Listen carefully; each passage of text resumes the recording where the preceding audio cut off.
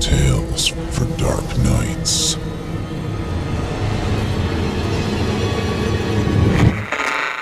Want to make sure you never miss a Chilling Tales for Dark Nights video again? Be sure to subscribe and hit that bell to turn on notifications.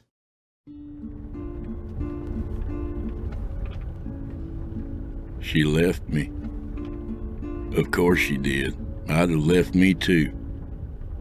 I stared woefully with bloodshot eyes at the reflection in my rearview mirror. The cracked cracks of age as plain as the fireball red nose on my face as I drove through the back roads of West Texas. Years of laugh lines taunted me, teasing days of better use. Lord knows I haven't smiled much recently, let alone laughed. It never hit me before how much older I looked than I actually was. I guess that's what happens when you drink 2 of your 3 daily meals for the past 5 years. It started out just fine. No one enters a marriage with the intention of getting divorced. It's just something that happens sometimes. I could have blamed it on statistics, saying it's one of the ways of the world, but that's all bullshit. In the end, the demise of my marital bliss was my own doing. My own damn fault. Well, don't feel too sorry for me yet, though.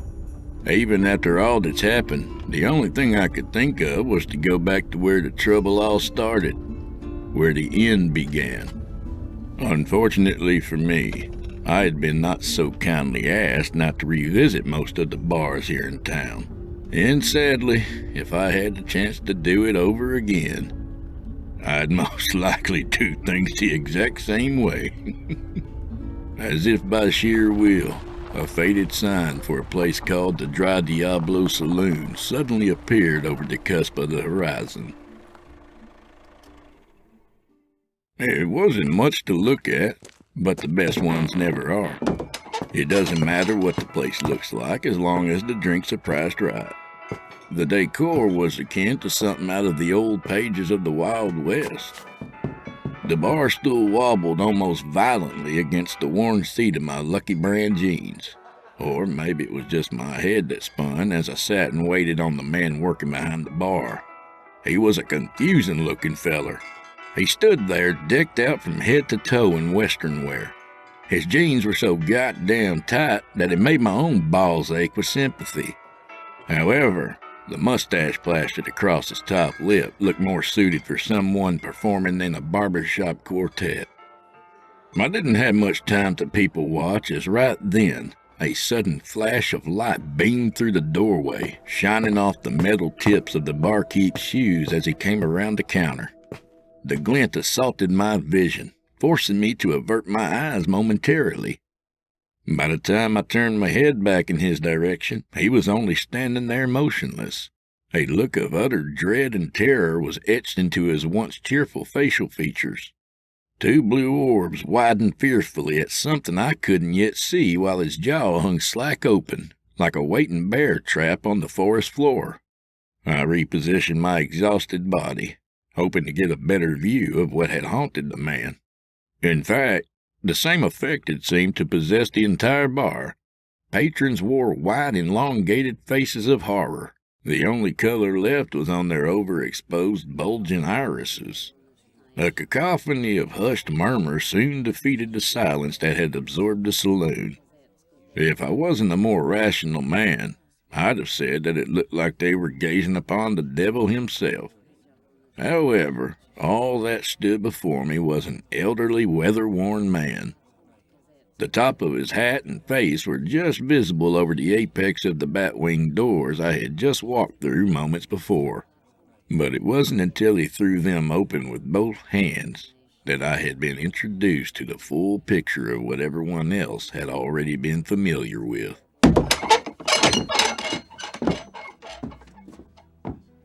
The man was rail thin, with skin like bone-dry tissue paper. It covered his body like an opaque grocery bag, the stark blue contrast of his veins screaming out from underneath. His eyes were mismatched, mainly due to the fact that one was sunken into his face as if it had been stamped by a license plate press. The eye was consumed by a milky film, and if not for the red hues within, I would have sworn it was one of the worst cataracts I had ever bore witness to. Surely he wasn't able to see out of that thing, I thought to myself. It scanned the room like a robotic sensor as he took a panoramic look around the inside of the bar, his head turning from side to side with a slow, sweeping glare. He cocked his hat, lowering it over the offending eye before turning his head in my direction. My face blanched as I realized he must have felt me staring at him. His expression remained grim at first, and I was sure as shit that he was about to give me hell for ogling him like I'd been doing, blatantly at that, but he didn't. Instead, he walked over to me, plopping his ass down in the seat next to mine. I half expected a puff of dust to shoot into the air around us upon impact. Well, I cleared my throat gruffly. Seems unnecessarily mystical and time-consuming to make all that fuss upon arrival, only to not say who the hell you are. Barkeep. His voice was thick and gritty, like bits of concrete sunken into a mud puddle. 2 shots of whiskey. His bony elbow jabbed me into my ribs jestfully as a wry smile peeled across his ancient face. I held up my hand in gentle objection as my torso twisted to face more in his direction. Well, I appreciate that, partner. However, tequila's my poison tonight, if it's all the same to you. I don't imagine you'd revoke an offer to soothe a feller's spirits just because you don't agree with his liquor of choice, I quipped. The stranger growled with a disappointed shake of his head in response. I swear to Christ I heard spurs rattle every time his head moved. I pick the drinks. You knock 'em back. Else draw against my hand and forfeit. Wouldn't be the first time I shot a man before we got started. Who the hell do you think you are? My patience was exhausted at this point, and though I didn't have much of a home to go back to, so to speak, I certainly had better things to do than this.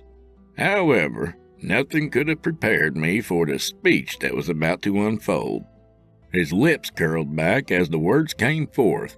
I swear every face inside that bar turned a whiter shade of pale as he spoke.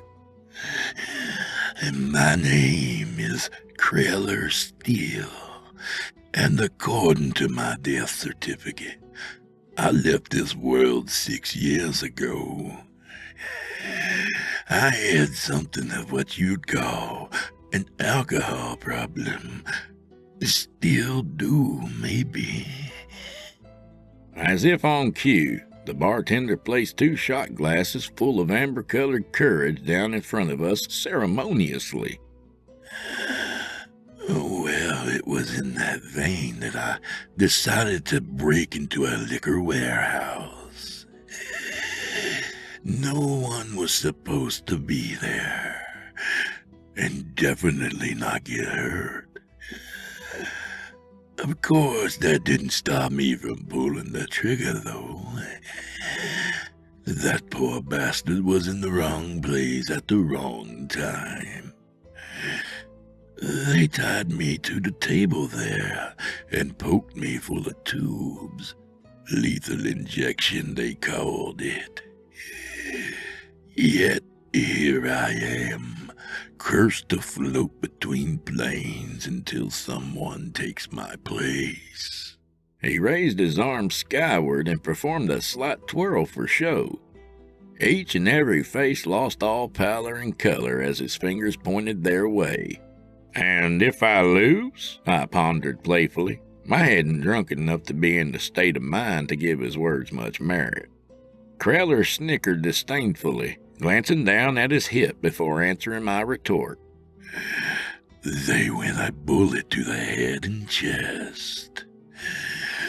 But I must forewarn you, I've been to saloons all over these lands. And each and every evening, I challenge a new lost soul. I haven't lost yet.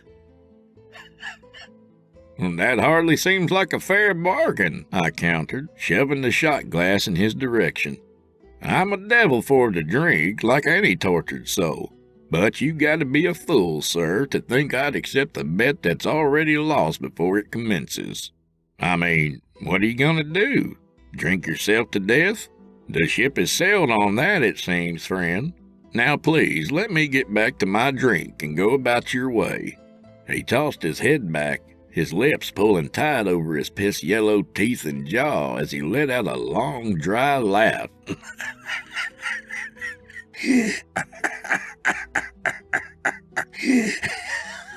It's way too late for that, son. He cackled, gesturing to the empty shot glass that sat before me.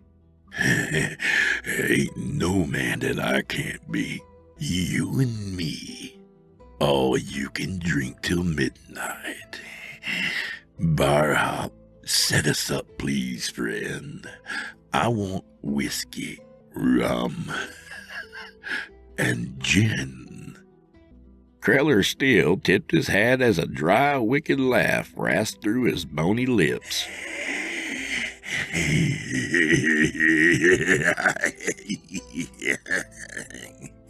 I looked around for someone, anyone who could help me free myself from this deranged man and this deal. I'm afraid I'm the only one that can help you out here, friend. Kriller said, as if reading my mind. The bar hop nodded slowly in affirmation, and I knew that I was screwed. I would have no choice but to match him drink for drink, no matter if I choked. We drank until the afternoon began bleeding over into the evening, with me matching him drink for drink, swig for swig, ounce for ounce.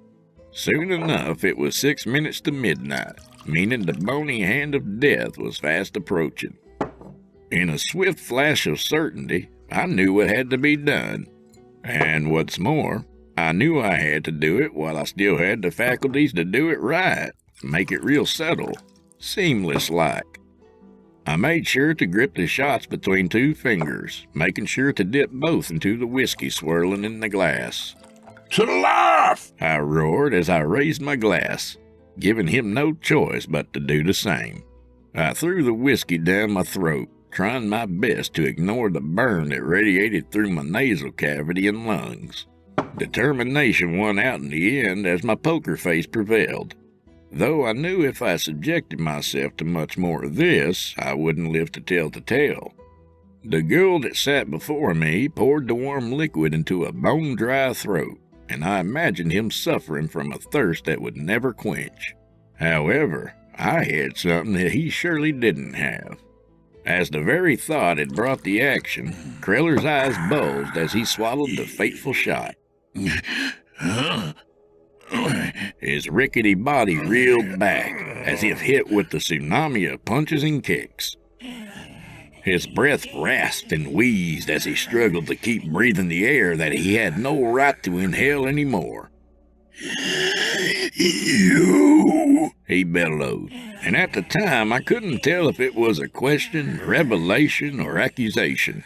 It ultimately didn't matter, though. The end result would always be the same. That's right, I replied coolly. Me. And do you know who I am, mister?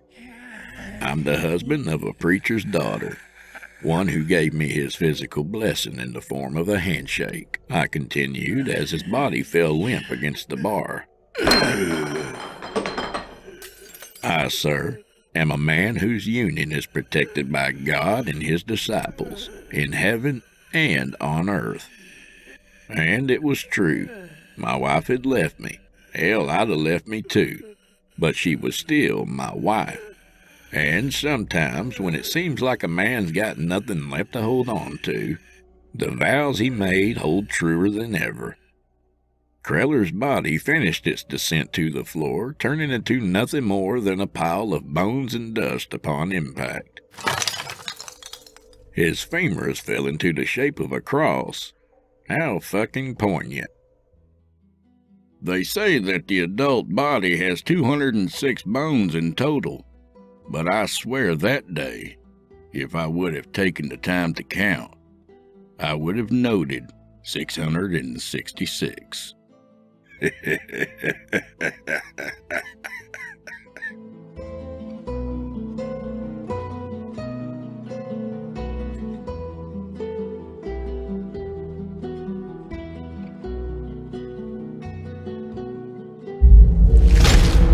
Chilling tales for dark nights.